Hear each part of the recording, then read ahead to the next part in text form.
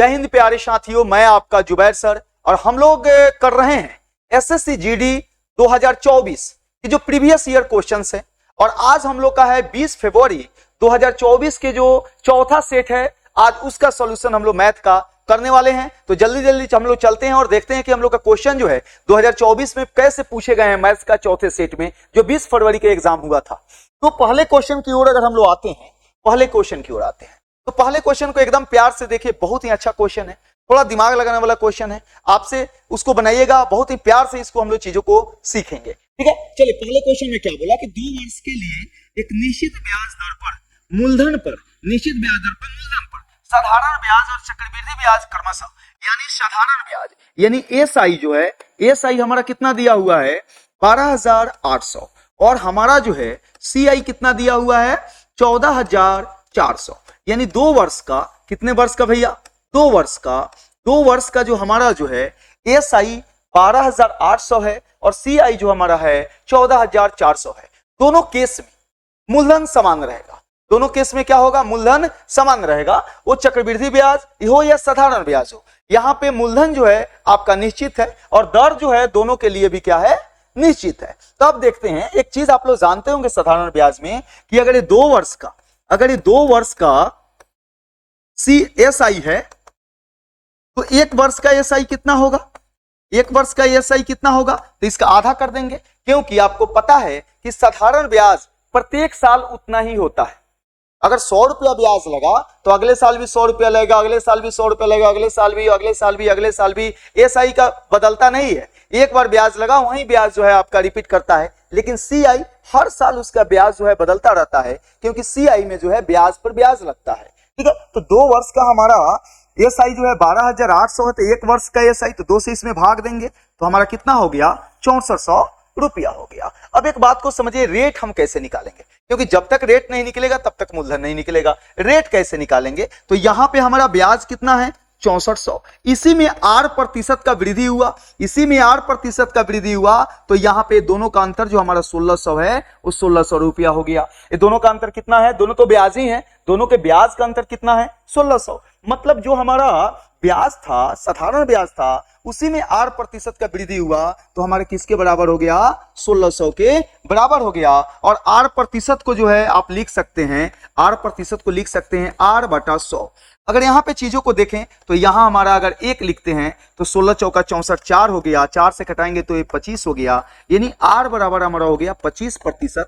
यानी हमारा रेट पता चल गया कि रेट हमारा कितना है 25% है। अब जब रेट निकल गया तो हम यहां से मूलधन चक्रवृद्धि ब्याज से भी निकाल सकते हैं और साधारण ब्याज से भी निकाल सकते हैं। तो सबसे आसान क्या है, साधारण ब्याज वाला। सबसे आसान क्या है, साधारण ब्याज। मूलधन क्या होता है, ब्याज गुने 100 बटा समय गुने दर, यही ना हमारे साधारण ब्याज का मूलधन का फॉर्मूला होता है। जो मूलधन जो हमारे साधारण ब्याज में मूलधन का फॉर्मूला क्या होता है, ब्याज गुने 100 बटा समय गुने दर या दर गुने समय। तो यहां से अगर मूलधन निकालें तो 2 वर्ष का ब्याज कितना है भैया 12,800, 2 वर्ष का ब्याज कितना है 12,800 गुने 100 बटा रेट हमारा कितना है 25 और समय कितना वर्ष दिया है तो 2 वर्ष दिया है। तो 25 चौका 100 लगाएंगे, 2 लगाएंगे तो यहाँ पे हमारा कितना हो गया 0 और ये हमारा 0, 8 दूना कितना हो गया 16, 2 दूना 4 कितना हो गया 5 और 2, यानी 25,600 रुपया जो होगा हमारा मूलधन होगा। 25,600 रुपया जो होगा हमारा मूलधन होगा और हमारा ऑप्शन होगा बी, हमारा ऑप्शन होगा बी। और ये क्वेश्चन जो है हमारा, ये क्वेश्चन जो है हमारा एसएससी जीडी में 20 फरवरी 2024 को पूछा गया है और एक अच्छा क्वेश्चन, इसलिए इसको पहले हम दिए हुए हैं, एक अच्छा क्वेश्चन।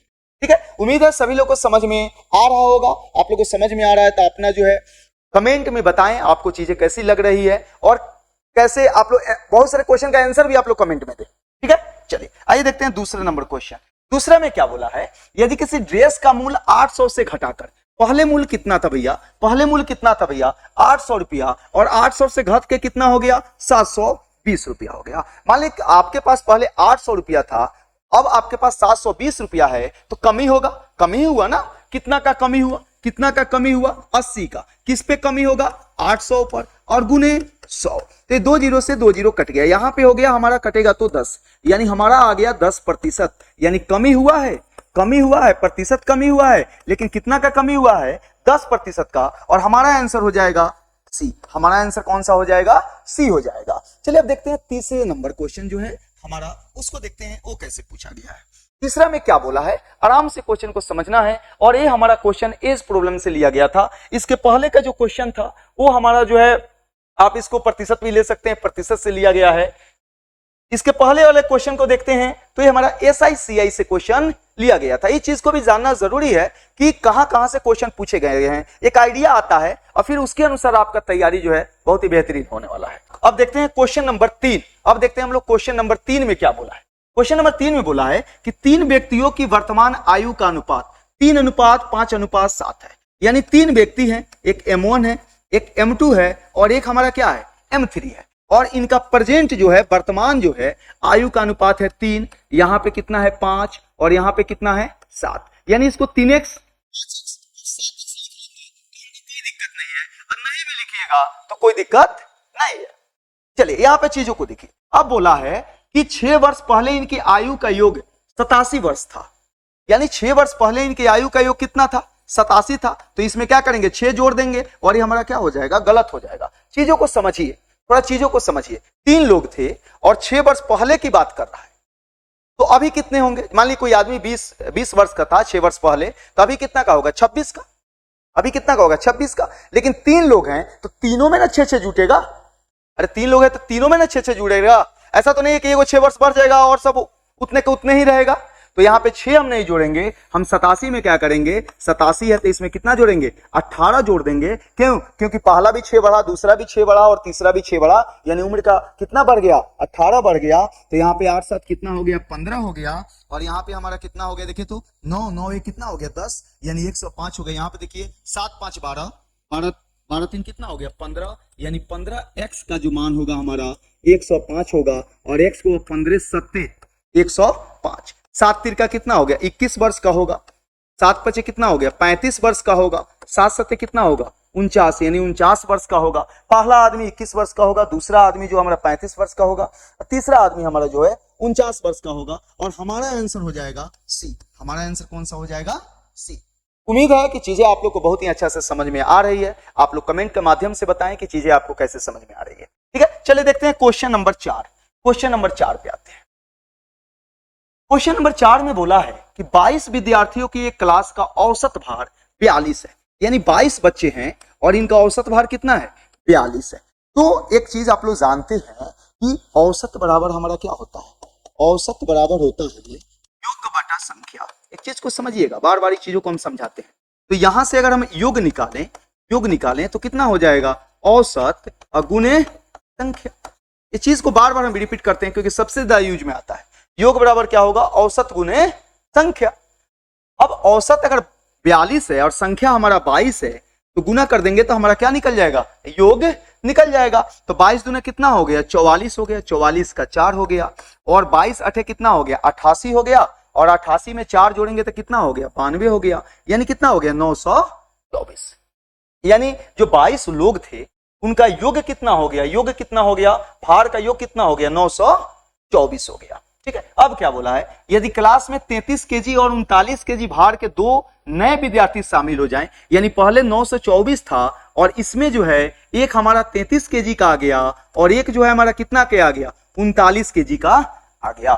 तो 24 विद्यार्थियों का औसत भार क्या होगा। तो 24 विद्यार्थियों को पहले योग तो निकाल लीजिए, पहले योग तो निकाल लेंगे। तो योग निकालेंगे कितना हो गया, देखो तो 9 3 12 12 4 कितना हो गया, 16। यहाँ पे कितना 6 2 8 8 है कितना हो गया, 9। और यहां पे कितना हो गया, 9। यानी यहां पे 9 9 6 यानी 996 जो है वो योग है कितने विद्यार्थियों का, 24 का। तो 24 से क्या कर देंगे, इसमें हम भाग कर देंगे। तो यहां पे अगर प्यार से आराम से चीजों को सीखे, मेरा एक ही उद्देश्य है कि कमजोर से कमजोर बच्चा को चीजें समझ में आनी चाहिए। कोई दिक्कत नहीं है, जब वो सीखेगा तभी तो बनाएगा। वो फास्ट बनाए या स्लो बनाए, सीखना जरूरी है। तो यहाँ क्या करेंगे, 24 से भाग देंगे। तो 24 से भाग देंगे तो कितना हो गया, 4 हो गया। 24 चौका कितना हो गया, 96 हुआ हमारा। यहाँ पे कितना हो गया, 3। 24 से कम कितना हो गया, 24 हो गया। यहाँ पे हमारा 2 और 1 12। अब देखिए यहाँ पे देखिए 41 दशमलव और यहाँ पे हमारा हो जाएगा 41.5। यानी इसको अगर हम करते हैं तो हमारा हो गया 41.5 और हमारा कौन सा आंसर हो जाएगा, ए। हमारा आंसर हो जाएगा ए। उम्मीद है कि चीजें आपको समझ में आई होगी। ठीक है, चलिए अब देखते हैं क्वेश्चन नंबर 5। अब चलते हैं क्वेश्चन नंबर 5 को समझते हैं कि क्वेश्चन नंबर 5 हमारा क्या बोला है। देखिए बहुत ही घुमाने वाला क्वेश्चन है, समझ जाइएगा तो बहुत आसान है। चीजों को अगर समझ गए तो इससे आसान कोई क्वेश्चन है ही नहीं, ठीक है। लेकिन ड्रामा बहुत किया हुआ है, एकदम ड्रामा किया हुआ है। बोला है कि पृथ्वी के पास कोई आदमी है, पृथ्वी, नाशपाती और आंडू जो है कोई फल है, उसका अनुपात कितना है? 10:13 है। अच्छा 10:13 का मतलब क्या होगा? 10/13। अनुपात का मतलब क्या होता है? बटा। अनुपात का मतलब क्या होता है? बटा। अब क्या बोला है? विक्रम के पास, सेलिन के पास नाशपाती आंडू जो है 7:9 है। 7:9 का मतलब क्या हो गया? 7/9। ये हमारा कौन है? पृथ्वी। ये हमारा कौन है? पृथ्वी है। ये हमारा कौन है? सेलिन है। तीसरा हमारा कौन है? विक्रम है। तीसरा हमारा कौन है? विक्रम है। क्वेश्चन को समझ जाइएगा, आराम से बन जाएगा। किस अनुपात में है? 5:7। अब आपसे पूछ रहा है किसके पास नाशपाती और आंडू अधिक अनुपात में है? अधिक अनुपात पूछ रहा है, अधिक। इसमें से कौन अधिक है? यही तो पूछा है। कौन अधिक है मतलब कौन बड़ा है? कौन अधिक मतलब ये तो फ्रैक्शन हो गया ना, बड़ा छोटा, असेंडिंग ऑर्डर डिसेंडिंग ऑर्डर का केस। इसमें कौन बड़ा है? कहने का मतलब है 10/13, 7/9, 5/7 में कौन बड़ा है? सीधा क्वेश्चन हो गया आपका। यहां पे अगर हम करें, इसको निकालें, अगर डेसिमल में थोड़ा लाते हैं एक अंक तक, तो यहां पे हो गया दशमलव देंगे 100 हो गया, 13×7=91 हो गया, 13×7=91 हो गया। और यहां पे हमारा कितना आ गया? फिर 9 आ गया, 13×7 लगभग जो है आपका 7.7, लगभग, अबाउट में हम चेक कर रहे हैं, लगभग में चेक कर रहे हैं। इसको अगर हम लोग देखें तो यहां पे 0 हो गया, यहां पे 9 से भाग देंगे 70, 9×7=63 हो गया, 9×7=63 हो गया। और फिर हमारा कितना हो गया? 7 हो गया, 9×7=63 हो गया, फिर हमारा 7 हो गया, तो यहां पे 6 आ जाएगा और 6 के बाद 9 लगभग आएगा। अब यहां पे चीजों को देखिए, यहां पे सेम आ गया ना, तो थोड़ा एक चीजों को देख लिए हम। यहां पे कितना हो गया? 0.70 हो गया, तो 9×7=63, फिर 7 आया, 9×7=63, फिर 7 आया। अब इसको थोड़ा सा हम देख लेते हैं। ये हमारा कितना हो गया? दशमलव लगा, तो हमारा कितना हो गया? 50 हो गया, 7×7=49 हुआ, 7×7=49, 1 हुआ, 7 एकम 7 हुआ। यानी इसमें अगर हम बोले किसके पास नाशपाती आंडू अधिक मात्रा में है, तो कौन सा अधिक वाला है? सेलिन वाला है। कौन सा अधिक वाला है? सेलिन, क्योंकि इसका मान जो हमारा है, इसका मान हमारा कितना है? 0.769, इसका मान है 0.777, इसका मान है 0.71 कुछ आएगा। इसमें सबसे ज्यादा कौन सा है? तो 7/9 वाला, यानी हमारा आंसर कौन होगा? सेलिन। और यहां पे हम मार देंगे, हमारा आंसर कौन सा आ जाएगा? सेलिन आ जाएगा। ये फ्रैक्शन का क्वेश्चन है जिसमें कंपेयरिंग करना होता है, बड़ा कौन होता है, छोटा कौन होता है, तो उसको भाग देकर भी दशमलव के 1-2 अंक तक आप लेके जाइएगा तो चीजें आपको क्लियर हो जाएगी। आप तिरछा तिरछी करके भी निकाल सकते हैं, उसमें कोई दिक्कत नहीं है, ठीक है। बहुत सारी उसकी बातें हैं। चलिए देखते हैं अगले नंबर क्वेश्चन की ओर कि अगला क्वेश्चन क्या है। ये सिंप्लीफिकेशन का क्वेश्चन है। ये क्वेश्चन सिंप्लीफिकेशन, आपको पता ही है कि हर सेट में कम से कम 2 क्वेश्चन सिंप्लीफिकेशन के पूछे जा रहे हैं, जो एसएससी जीडी 2024 में पूछे गए हैं। हम लोग लगातार जो है 3 सेट किए हैं, जिसमें लगातार क्वेश्चन 2 से रहा है, 2 से ज्यादा भी किसी किसी में रहा है। आज हम लोग देखते हैं इसमें इस क्वेश्चन को कैसे बनाएं। यहां पे क्वेश्चन में क्या दिया है, ये चीज को समझिए।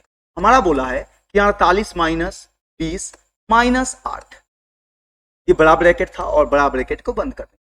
यहां पे भाग में है और यह 4 गुने, एकदम बेहद ही आसान क्वेश्चन है, जो कुछ समझ के कर देना है, हड़बड़ी नहीं करना है, आंसर गलत हो जाएगा, ठीक है। यहां पहले ब्रैकेट का काम करेंगे, तो यहां पे काम करेंगे, बड़े ब्रैकेट में आते हैं तो छोटा ब्रैकेट का काम करेंगे। तो हमारा कितना हो गया? 20 में से 8 गया तो हमारा कितना हो गया? 12, यानी इसका मान हमारा 12 हुआ। और 48 में से 12 जाएगा तो हमारा कितना हो जाएगा? 36, यानी इसका मान 36 आ गया। 36 भागा 4 कितना हो गया? 12 हो गया। आंसर कितना आएगा? 3। और हमारा आंसर जो है बी होगा। और एक क्वेश्चन जो है एसएससी जीडी में 20 फरवरी 2024 के चौथे शिफ्ट में पूछा गया है, ये भी क्वेश्चन पूछा गया है, ठीक है। चलिए क्वेश्चन देखते हैं 7 नंबर की। 7 नंबर क्वेश्चन हमारा क्या का, एक क्वेश्चन कहां से लिया गया है, सबसे पहले ये समझते हैं। बोला है कि एक कुर्सी का अंकित मूल्य उसके क्रय मूल्य से 20% अधिक है। यदि 20 रुपए की छूट के बाद कुर्सी 220 में बेची जाती है तो लाभ प्रतिशत क्या है। ये क्वेश्चन मिक्स क्वेश्चन है, डिस्काउंट, प्रॉफिट लॉस और जो है आपका परसेंटेज का। प्रॉफिट लॉस डिस्काउंट का जो है आपका क्या है? Mix question. और मिक्स क्वेश्चन ज्यादा पूछे जाते हैं, सबसे बड़ा कारण यह है कि एक ही क्वेश्चन से 2 चीजों को जान लेता है, ठीक है। चलिए क्वेश्चन को समझते हैं, क्या बोला है। बोला है एक कुर्सी का अंकित मूल्य उसके क्रय मूल्य से 20% अधिक है। तो मान लो कि क्रय मूल्य जो है अगर हमारा 100 रुपया है, क्रय मूल्य 100 रुपया है, तो 20% अधिक का मतलब हमारा अंकित मूल्य कितना होगा? अंकित मूल्य कितना होगा, 120 होगा। कोई दिक्कत नहीं, आराम से चीजों को समझते हैं, थोड़ा टाइम लगेगा लेकिन चीजों को हम सीखेंगे, क्योंकि मेरा एक ही उद्देश्य है कि कमजोर से कमजोर बच्चा को भी मैथ समझ में आना चाहिए। 100 रुपया क्रय मूल्य है, तो कितना रुपए में इसका अंकित मूल्य हो गया, 120 रुपया, क्योंकि 20% जो है अधिक अंकित करता है। यदि 20 रुपया की छूट के बाद कुर्सी 220 रुपया में बेची जाती है, आप मुझे बताइए, एक बात हमको बताइए, कुर्सी कितना में बेचा गया, 220 में। ध्यान देना, एकदम ध्यान देना चीजों को, यहां पे ध्यान दीजिए। कुर्सी बेचा कितना गया में, 220 रुपए। मान ली कि आप जो है किसी चीज को 200 रुपया में बेचे और 50 रुपया का आप छूट भी दे दिए उसको, इसका मतलब है कि वो 250 रुपया का था। अरे भैया सुन लो सुन लो सुन लो, अगर आप जो है किसी चीज को 200 रुपया में क्या कर रहे हैं, बेच रहे हैं, और 50 रुपये का उसको छूट दे रहे हैं, 200 रुपया ले लिए पॉकेट में और 50 रुपया बोले कि छोड़ भी दिए, इसका मतलब वस्तु कितना का था, 250 का था। वैसे ही बोला कि 220 रुपया में बेचा है और 20% का जो है ये छूट दिया है। कितना प्रतिशत का छूट दिया है, 20% का। इसका मतलब इसका दाम कितना था, 240 रुपया, और यही दाम हमारा क्या था, अंकित मूल्य। यानी अंकित मूल्य हमारा कितना था, 240 था। ये तो हमारा विक्रय मूल्य है, अंकित मूल्य कितना था, 240 था। एक बात देखो, यहां पे अगर अंकित मूल्य 120 है तो क्रय मूल्य 100 है। अगर अंकित मूल्य 240 होगा तो हमारा क्रय मूल्य कितना होगा, 200 होगा। आराम से समझना है, अगर 100 रुपया पे 120 रुपया, 240 पे कितना होगा, 200 होगा। अगर 120 है और 120 से 240 हुआ, अगर दुगुना हुआ तो इधर भी क्रय मूल्य दुगुना होगा, तो कितना हो जाएगा हमारा, 100 से कितना हो जाएगा, 200। ठीक है, यानी हमारा क्रय मूल्य निकल गया 200, और हमारा जो है विक्रय मूल्य दिया हुआ है। विक्रय मूल्य कितना दिया है, यहाँ पे चीजों को हम आराम से लिख रहे हैं। क्रय मूल्य हमारा कितना हो गया, 200, और हमारा विक्रय मूल्य कितना दिया हुआ है, 220। तो कितना का लाभ हुआ, 20 का लाभ हुआ। किस पे लाभ हुआ, क्रय मूल्य पर, 200 पर। और गुणे कितना होगा, 100, तो 0 0 कट गया, इसको कटाएंगे तो हमारा हो जाएगा 10, यानी 10% का हमारा लाभ हुआ, और हमारा आंसर हो जाएगा ए। हमारा आंसर हो जाएगा ए, और एक बहुत ही अच्छा क्वेश्चन था। ठीक है, अब जीडी में जिस लेवल का है उस लेवल के अनुसार ये अच्छा क्वेश्चन है। ठीक है, जो हम पहला क्वेश्चन किए थे वो भी अच्छा क्वेश्चन था इस लेवल के अनुसार। चलिए देखते हैं अगला क्वेश्चन कौन सा है। 8 नंबर में आते हैं। 8 में क्या बोला है, चीजों बोला है कि विक्रम ने एक परीक्षा में 32% अंक प्राप्त किया, यानी इसको 32% अंक मिला और 15 अंकों से फेल हो गया। 15 अंक से क्या हो गया, फेल हो गया। यदि वह 57% अंक प्राप्त करता, कितना करता, 57% अंक अगर प्राप्त करता तो उसे उत्तीर्ण होने के आवश्यक अंकों से 10 अंक अधिक आता, यानी 10 अंक से क्या हो जाता, कि पास हो जाता। बात को समझना है। तो परीक्षा में उत्तीर्ण होने के लिए कितने अंक होने चाहिए, यानी पासिंग मार्क्स के बारे में आपसे क्या कर रहा है, पूछ रहा है।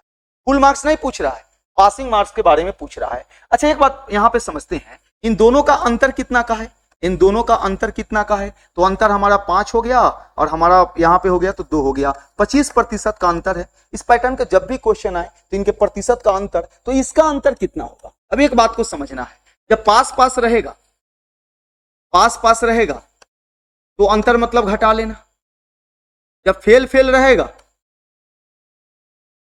तो अंतर का मतलब घटा लेना। अगर एक में पास हो और एक में क्या हो, फेल हो, तो जोड़ देना। एक में फेल हो और एक में क्या हो, पास हो, तो क्या करना, जोड़ देना। कहने का मतलब है कि सेम रहेगा तो घटा लेंगे और अलग अलग रहेगा तो क्या कर देंगे, जोड़ देंगे। वही अंतर होता है, वही हमारा क्या होता है, अंतर होता है। एक में फेल है एक में पास है, तो जोड़ देंगे, तो जोड़ देंगे तो कितना हो गया, 25, यानी 1% का मान, 1% का मान निकालेंगे तो 1 होगा, 100% का मान निकालेंगे तो 100 होगा। यानी 100 नंबर का एग्जाम हुआ था।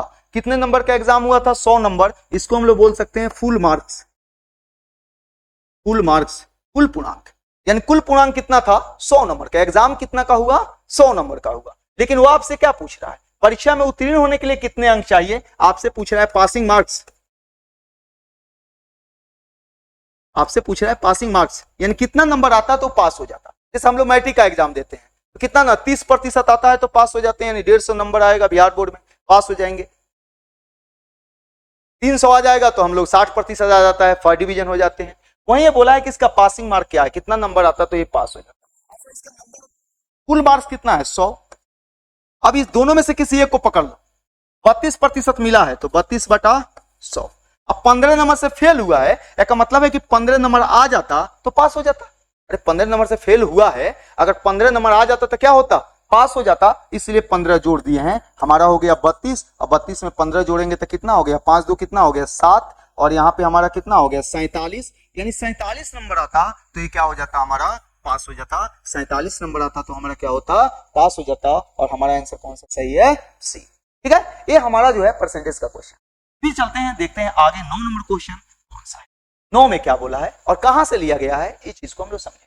बोला सोनू अकेले एक मेज को 125 दिनों में, सोनू जो है 125 दिन में जो है एक मेज को बना सकता है, जबकि मोनू जो है, कोई मोनू है, वो जो है 250 दिनों में जो है बना सकता है। मोनू कार्य शुरू करता। अच्छा एक बात समझिए, सबसे पहले टोटल वर्क निकालते हैं।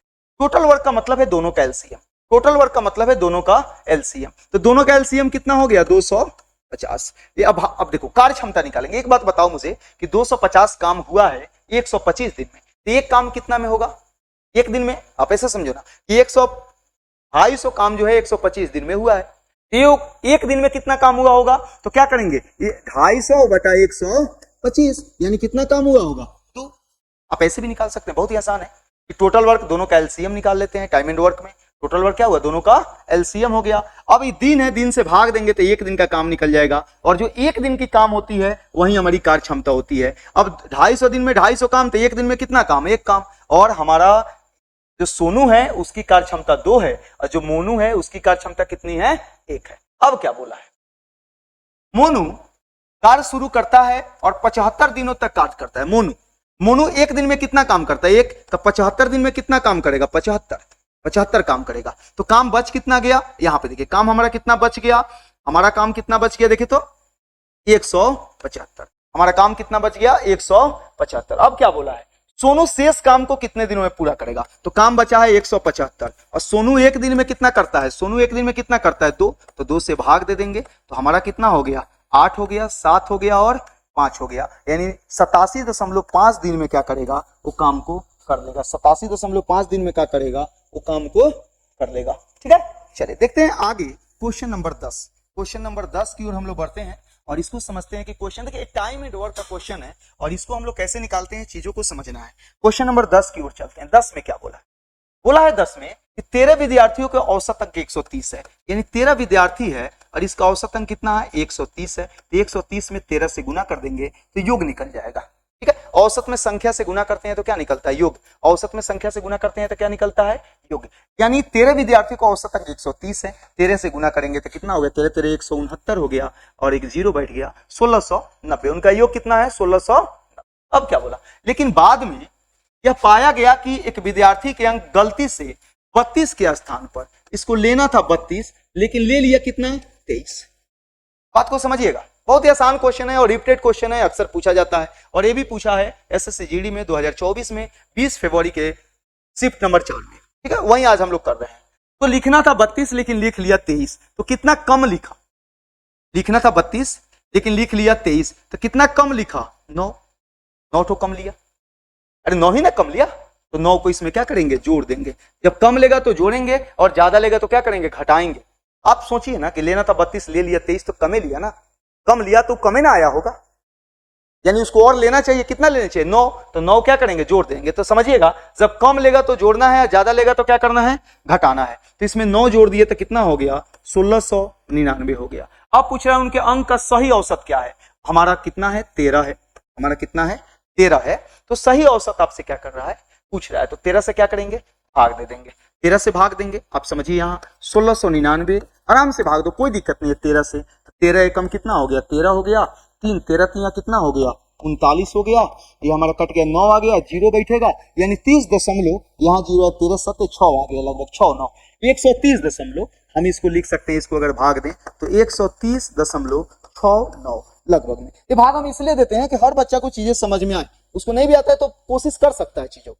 बहुत सारे ऐसे बच्चे हैं जो मैथ को देख के ही भाग जाते हैं, भागना नहीं है, लड़ना है चीजों को। ठीक है, तो 130 दशमलव कितना आ गया, 69। चलिए आगे क्वेश्चन देखते हैं। आगे हमारा सिंप्लीफिकेशन का बोला कितना है, 2016 भागा 4 प्लस 32 गुने 6 माइनस 26 गुने 3। अब देखो एक काम तो हमारा ए है, एक काम ए है और एक काम ए, इसमें 3 काम आपको करना है। सिंप्लीफिकेशन का दूसरा क्वेश्चन है इस सेट में, हम बोले हैं कम से कम 2 क्वेश्चन रह रहा है, ज्यादा ज्यादा 3 क्वेश्चन रह रहा है। ठीक है, तो इसको अगर हम भाग देते हैं तो कितना आ गया, 5 0 और 4। ठीक है, तो इसको हम गुना करते हैं तो कितना हो गया, 6 दूना कितना हो गया, 12 और 6 त्रिका 18 कितना हो गया 19। इसको गुना करते हैं तो 6 त्रिका 18, 3 दूना 6 1 7, कितना हो गया 76।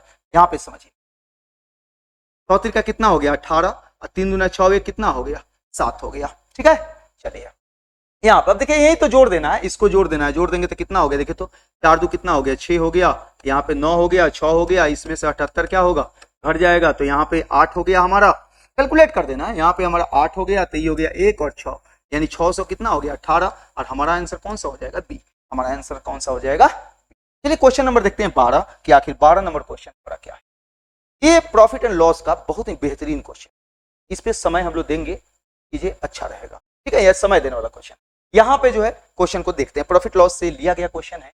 ठीक है, यहाँ पे क्या बोला है, अंकित मूल्य को 10% की हानि पर बेचता है यदि वह इसे 30% कम मूल्य पर खरीदता है। अंकित जो है, अंकित किसी का नाम है अंकित, एक वस्तु को 10% की हानि पर बेचता है। 10% की हानि, मान लो कि 100 रुपया का कोई वस्तु था, इसका क्रय मूल्य, यहाँ पे हम प्यार से लिख रहे हैं कोई दिक्कत नहीं है, इसका क्रय मूल्य अगर 100 रुपया था तो इसको 90 रुपया में बेच दिया, ये इसका विक्रय मूल्य।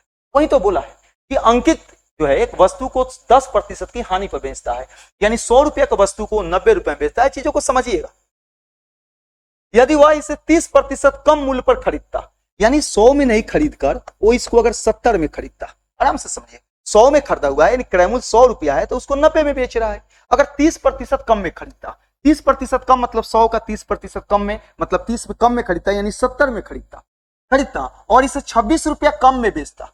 कितना में बेचता 26 रुपया कम में, यानी बेच रहा था 90 में, अब इससे अगर 26 रुपया कम में क्या करता बेचता, अगर 26 रुपया कम में बेचता तो हमारा कितना हो जाता 64, यानी बेचा कितना में 64 में, पहले कितना में बेच रहा था 90 में, 26 रुपया कम में बेचने का मतलब क्या हुआ 64 रुपया में, तो उसे 10% का लाभ होता, यानी अगर 70 रुपया है तो इस पे लाभ हो जाता 10% का, 10% का मतलब 110 बटा 100, यानी इसका जो हमारा कितना हो गया 77 रुपया हो गया, इसका 77 हो गया हमारा, तो उसे 10% का लाभ होता। वस्तु का क्रय मूल्य क्या है, वस्तु का क्रय मूल्य क्या है, एक बात को समझिए, दोनों का अंतर कितना का है, यानी इसका विक्रय मूल्य, ये भी हमारा क्या हो गया विक्रय मूल्य ही हुआ, यानी 77 रुपया विक्रय मूल्य, कितना विक्रय मूल्य 64, तो दोनों का अंतर कितना है 13, यानी 13 का अंतर है तो रुपया में कितना का अंतर है 26 रुपया का, तो एक का अंतर होगा, एक का अंतर होगा तो कितना होगा यहाँ पे हमारा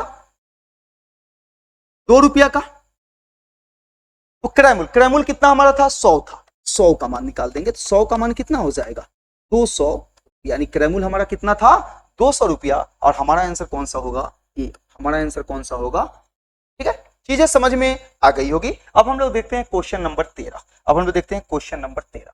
ठीक है, 13 नंबर क्वेश्चन जो है सेसफल से लिया गया है, रिपीटेड नहीं होता है, कभी कभी इस पार्ट से क्वेश्चन पूछ देता है अल्टरनेट में, जैसे 5 गो सेट 6 गो रहेगा तो उसमें से 1 गो सेट में 10 गो सेट में पूछेगा, ये गो गलती से गलती हो जाता है उससे, रिपीटेड क्वेश्चन नहीं। जैसे बोला है कि 35 का पावर अगर हमारा 29 है और 10 से भाग देंगे तो यहाँ पे समझिए 35 को 30 + 5 भी हम लिख सकते हैं, और इसका मान हम हो गया 29 और ये हमारा 10 हुआ, तो इससे 10 से 10 आउट होता है, तो ये हो गया हमारा 5 का पावर हो गया 29, फिर हमारा 10 हो गया। अब इसको 5 के पावर 29 को 5 गुने 5 के पावर हम 28 लिख सकते हैं, यहाँ पे हमारा कितना हो गया 10, और आपको पता है कि 5 और 5 से गुना होगा तो हमेशा इकाई पे कितना आएगा 5 आएगा, हमेशा इकाई पे कितना आएगा 5 आएगा, और 5 में 10 से भाग दीजिएगा तो रिमाइंडर हमारा कितना आ जाएगा 5 आ जाएगा, और हमारा आंसर कौन सा हो जाएगा सी, हमारा आंसर कौन सा हो जाएगा सी। चलिए देखते हैं क्वेश्चन नंबर 14 की ओर।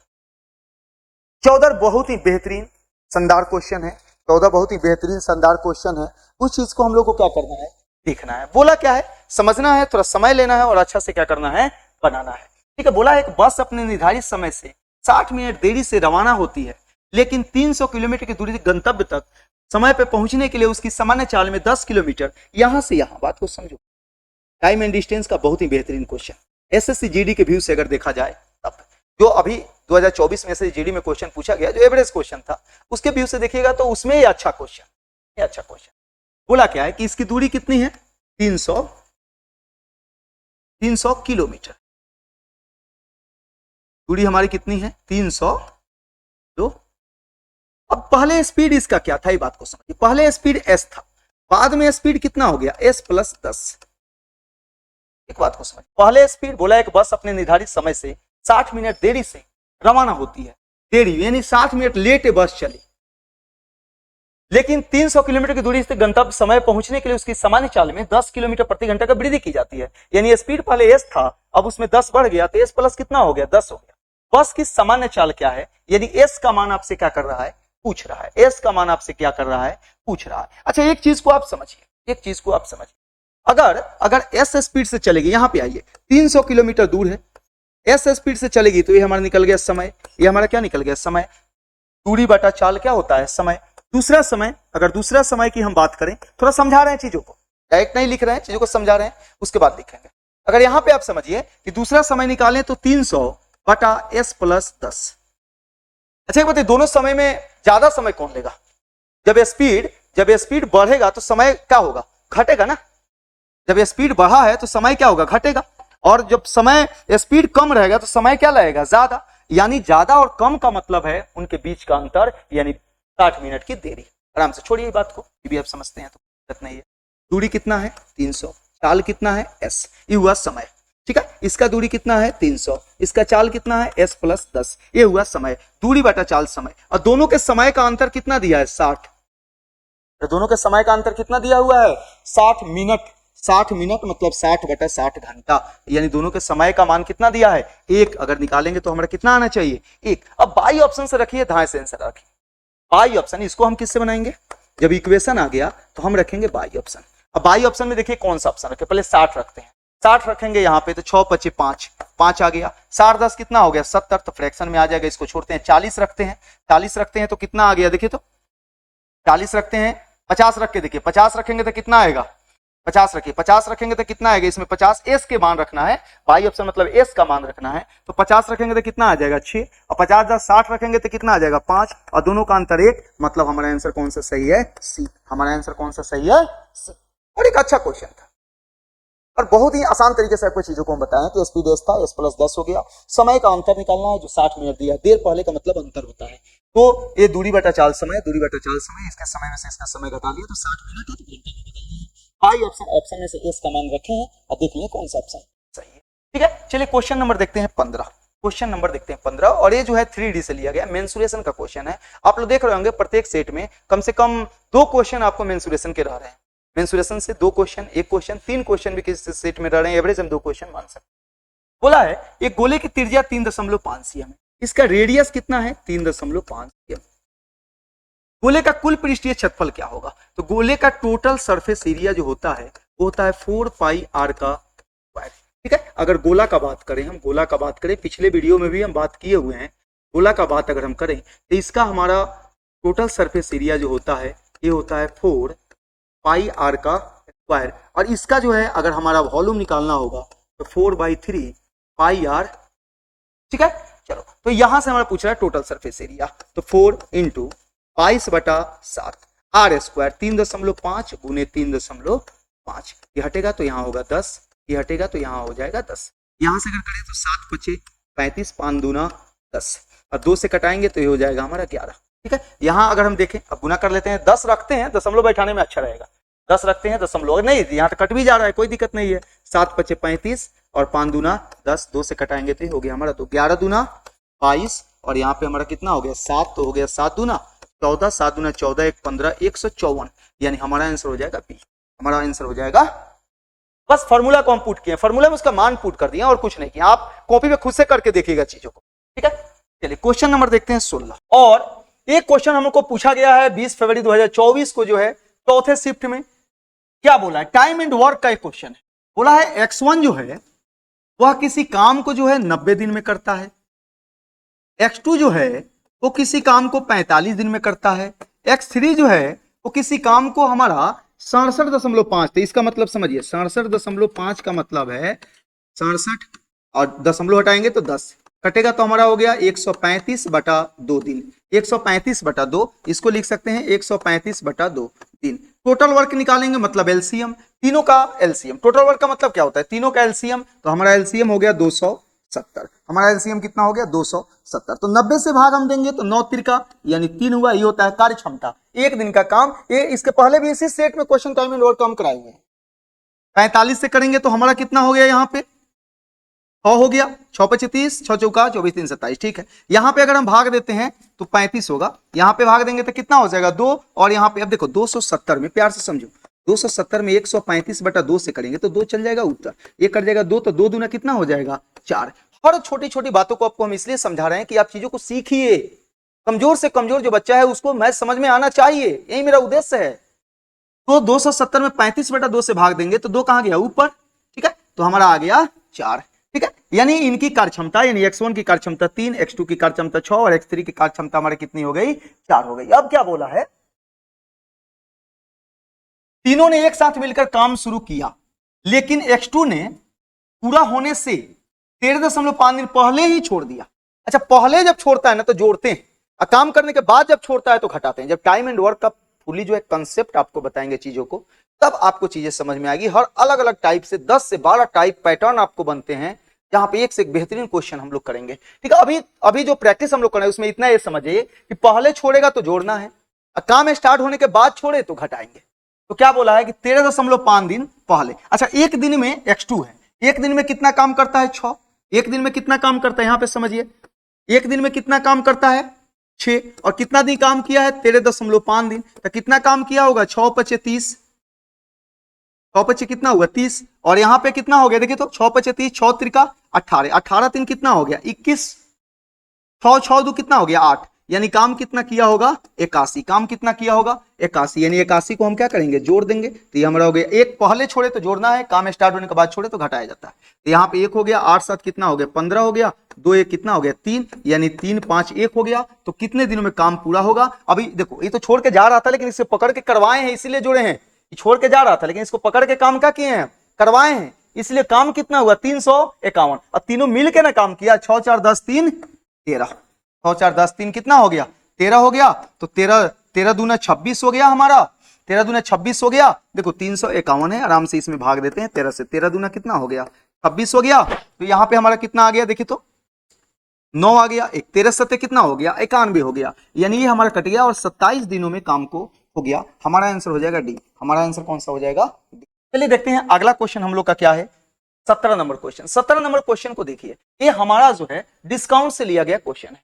बोला एक वस्तु का अंकित मूल्य 11,000, यानी अंकित मूल्य दिया है, अंकित मूल्य कितना दिया है 11,800, और इसका विक्रय मूल्य दिया है, विक्रय मूल्य कितना दिया है 77, डिस्काउंट छूट कितना दिया। अरे भैया एक बात हमको तुम बताओ, 500 रुपया किताब था, 300 रुपया में बेच दिया, तो छूट कितना का दिया, डिस्काउंट कितना का दिया 200 का। अरे बोलो भैया, अब प्रतिशत डिस्काउंट कितना का दिया 200 गुने 100, और छूट हमेशा अंकित मूल्य पे मिलता है, तो अंकित मूल्य कितना है 500, अंकित मूल्य कितना है 500, यानी 40% का क्या किया छूट दिया। सेम पैटर्न का क्वेश्चन वही, अंकित मूल्य दिया है, विक्रय मूल्य दिया है, और आपको छूट प्रतिशत क्या करना है निकालना है। तो इसमें से हम घटा लेते हैं, तो यहां से हम घटा लेंगे तो 2 हो जाएगा, 1 हो जाएगा, और यहां जो हमारा कितना हो गया 7 है तो 0 हो जाएगा, और यहां पे हमारा कितना हो जाएगा 3 हो जाएगा। देखिए यहाँ पे चीजों का, अब यहां से घटाएंगे तो कितना हो गया 2 हो गया, 9 है तो 1 हो गया, ये हमारा 7 है तो 0 हो गया, और यहाँ पे 11 है तो यहाँ पे कितना हो गया 11, 7 घटाएंगे तो कितना हो गया 4 हो गया। हमारा डिस्काउंट हमारा पता चल गया, हमारा क्या पता चल गया डिस्काउंट, यानी ये जो है हमारा क्या है डिस्काउंट है। प्रतिशत डिस्काउंट पूछ रहा है, तो डिस्काउंट कितना है 12 गुने 100 बटा कितना हमारा किस पे अंकित मूल्य पर, तो 11,800, ये 0 से 0 क्या हुआ हमारा कट गया, हमारा हो जाएगा 34%, हमारा कितना हो जाएगा 34%। ठीक है, चलिए देखते हैं क्वेश्चन नंबर 18। बहुत ही आसान क्वेश्चन था ये 18। देखिए सिंप्लीफिकेशन का क्वेश्चन है, 443 माइनस 226 भागा 2 गुने 5। ठीक है, पहले किसका काम करेंगे भाग का, तो 443 माइनस भाग का काम करेंगे तो कितना हो गया यहाँ पे 1 1 3 और गुने कितना हो गया 5। ठीक है, यानी यहां पे हम करेंगे तो कितना हो गया 443 हुआ माइनस, अब गुना का काम करेंगे, घटाएंगे नहीं, काम किसका करेंगे गुना का काम करेंगे। ये कितना हो गया 5 3 15 हो गया, 5 1 कितना हो गया 6 हो गया, यानी माइनस में हमारा आंसर आएगा, माइनस में आएगा और कितना आ जाएगा हमारा 2 हो गया, यहाँ पे हमारा 2 हो गया, हमारा 1 हो गया, माइनस 122 आ जाएगा, हमारा आंसर होगा बी। हमारा आंसर कितना होगा भैया बी, हमारा आंसर कितना होगा बी। एकदम आराम से चीजों को बता दिए हैं, माइनस में आने वाला था। क्वेश्चन नंबर देखते हैं 19। क्वेश्चन नंबर 19 में क्या बोला है, एक व्यक्ति 1 रुपए में 35 आम खरीदता है, 1 रुपए में कितना आम बेचे को इसके 30% का हानि है। अच्छा भाई एक बात मुझे बताओ कि 1 रुपए में 35 आम है तो एक आम का दाम कितना होगा? एक आम का दाम कितना होगा? 1/35। अगर 1 रुपया में 35 आम बिकते हैं तो एक आम का दाम कितना होगा? 1/35 रुपया। 1/35। अब कह रहा है 1 रुपये में कितने आम बेचने पर उसे 30% की हानि, यानी एक आम का दाम है 1/35, 30% का हानि हो मैंने 70/100 हो। 70/100 हो। 70 बटा क्या हो? 100 हो। तो 35 दूना 70, यानी 2 से कटा देंगे तो कितना हो गया? 50, यानी 1/50। 1/50 का मतलब है कि 1 रुपया में 50 आम। 1 रुपया में 50 आम। और हमारा आंसर कौन सा हो जाएगा? ए। हमारा आंसर कौन सा हो जाएगा? ए। बहुत ही आसान क्वेश्चन था। एक आम का दाम कितना है? 1 रुपया में 35 आम।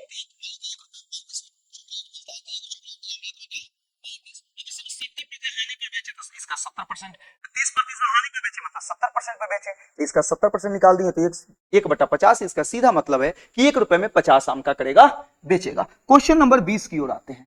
क्या बोला है कि एक निश्चित धनराशि साधारण ब्याज की दर पर 10 वर्षों में स्वयं की 7 गुना, यानी 10 वर्ष में कितना हो गया? 7 गुना हो गया। तो पूछ रहा है कि 20 वर्ष में कितनी गुनी हो जाएगी? 20 वर्ष में कितनी गुनी? मान लो कि 1 रुपया था और ये हमारा 10 वर्ष में क्या हो गया? 10 वर्ष में कितना हो गया? 7 हो गया। इसका मतलब है इसका ब्याज कितना हुआ? 6। आराम से चीजों को समझिए। 1 रुपया था, 10 वर्ष में 7 गुना हो गया, मतलब ब्याज इसमें कितना हुआ? 6। तो इसका रेट कितना होगा? रेट प्रतिशत रेट कितना होगा? तो ब्याज गुने 100 बटा मूलधन। मूलधन कितना है? 1। अब मूलधन गुने समय, समय कितना है? 10। तो यहां से ये हमारा कट गया, यानी रेट कितना है? 60%। ठीक है। अब कह रहा है कि 20 वर्षों में ये क्या हो गया? 20 वर्षों में कितना गुना हो जाएगी?